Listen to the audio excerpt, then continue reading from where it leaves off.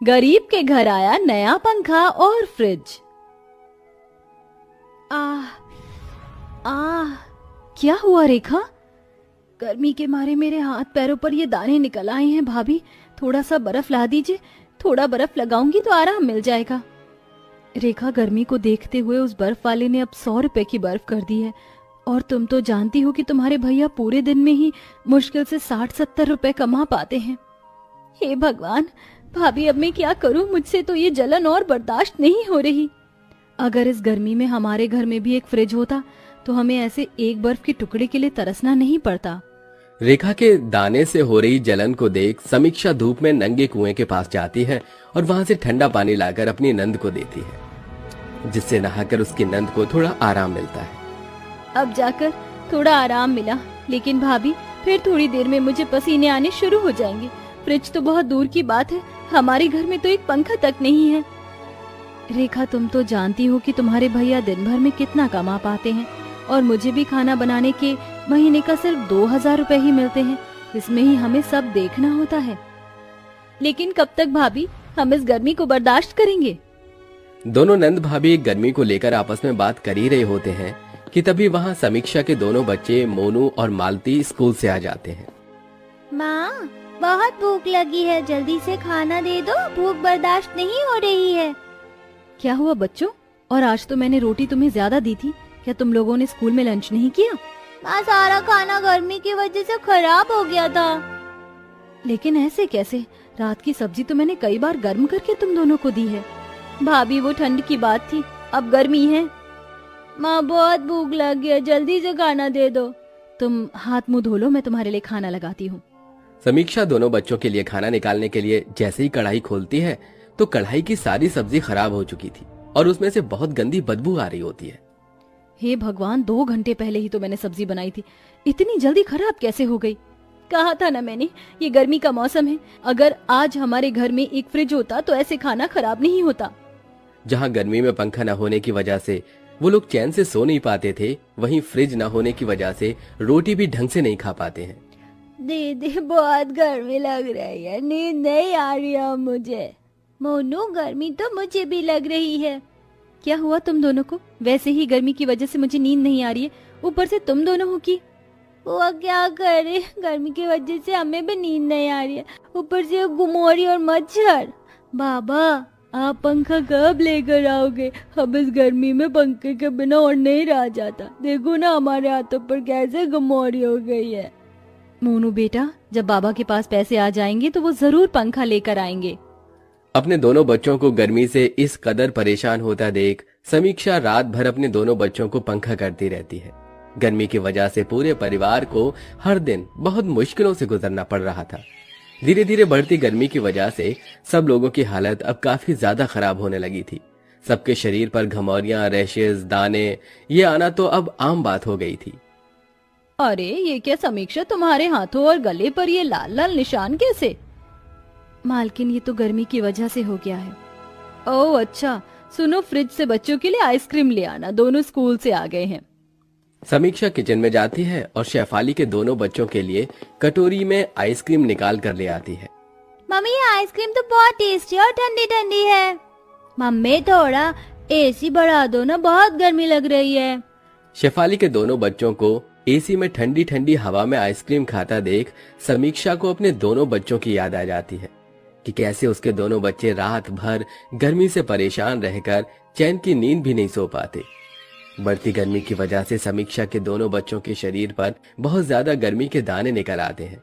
साथ ही साथ बार बार आ रहे पसीने की वजह से दोनों बच्चों को पूरे शरीर में काफी ज्यादा जलन होती है।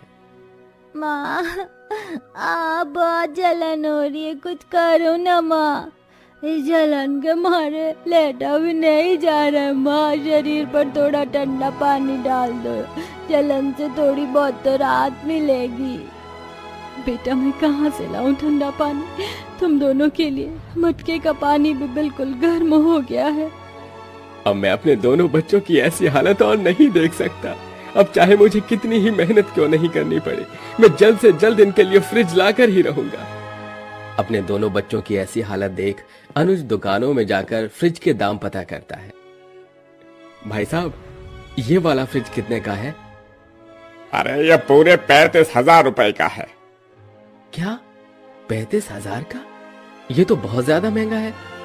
अगर आपको ये महंगा लग रहा है तो आप ये ले लीजिए, ये पूरे 5,000 रुपए का है। सेकंड हैंड है लेकिन काम चलाऊ है। भाई साहब, मुझे आप बस कुछ दिनों की मोहलत दीजिए। मैं जल्द से जल्द 5,000 रुपए इकट्ठा करके ये फ्रिज यहाँ से खरीद ले जाऊंगा। जहाँ अनुज पहले मजदूरी का काम करता था, वहीं अब 5,000 इकट्ठा करने के लिए चिलचिलाती धूप में अनुज पत्थर तोड़ने का काम करता है। आह आह आह, मेरे पैर। नंगे पैर काम कर करके मेरे पैरों में छाले पड़ गए हैं, लेकिन मैं ऐसे हार नहीं मान सकता। अपने बच्चों के लिए तो मैं फ्रिज ला कर ही रहूंगा। रोज धूप में इतनी मेहनत करने की वजह से अनुज के हाथ पैरों में गर्मी की वजह से छाले पड़ गए थे, लेकिन अनुज अपने दोनों बच्चों के लिए कड़ी मेहनत करता है और कुछ दिनों के अंदर 5,000 रुपए इकट्ठा कर लेता है। अनुज उन पैसों को लेकर सेकंड हैंड फ्रिज लेने के लिए दुकान पर जा रहा होता है कि तभी उसे रास्ते में एक घायल लड़की दिखाई देती है, जिसे देख अनुज भागा भागा उसके पास जाता है। आप ठीक तो हैं? आपको ये चोट कैसे लगी? 2 चोर मेरा पर्स छीनकर भाग रहे थे। उनके पीछे भागते भागते मैं इस पत्थर से टकरा गई और मेरे सर पर चोट लग गई।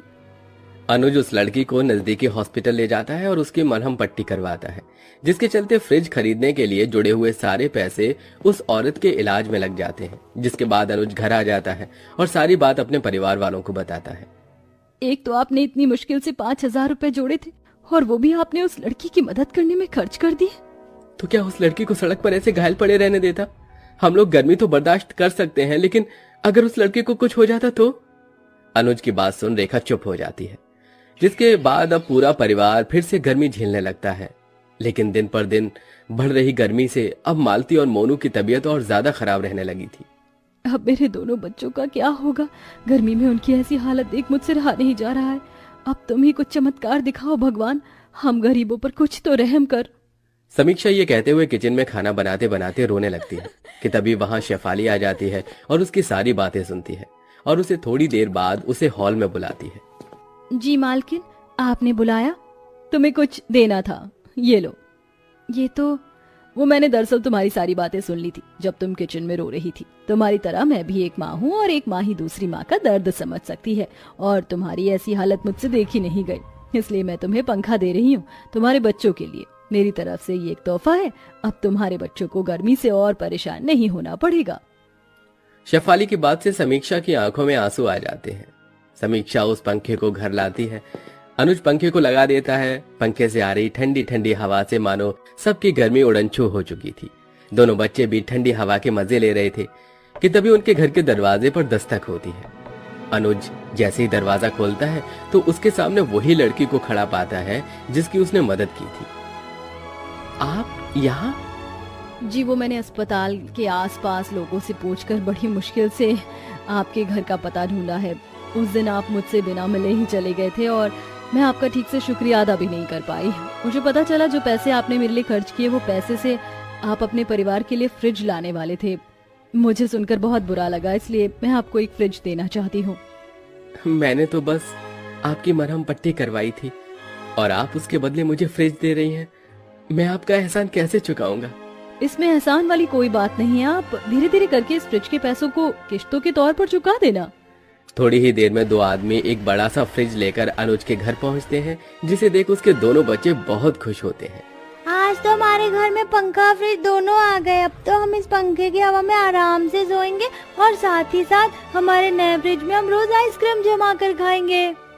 दोनों बच्चे को इतना खुश देखकर बाकी सब घर वालों के चेहरे पर भी खुशी आ जाती है, जिसके बाद अब उन लोगों को ना ही तो गर्मी में ठंडा पानी के लिए तरसना पड़ता है और ना ही पसीने से लथपथ होकर सोना पड़ता है। अनुज और समीक्षा धीरे धीरे पैसे जोड़कर उस फ्रिज की किश्त को भी चुका देते हैं और अब सब गर्मी के मौसम में आराम से खुशी खुशी रहते हैं।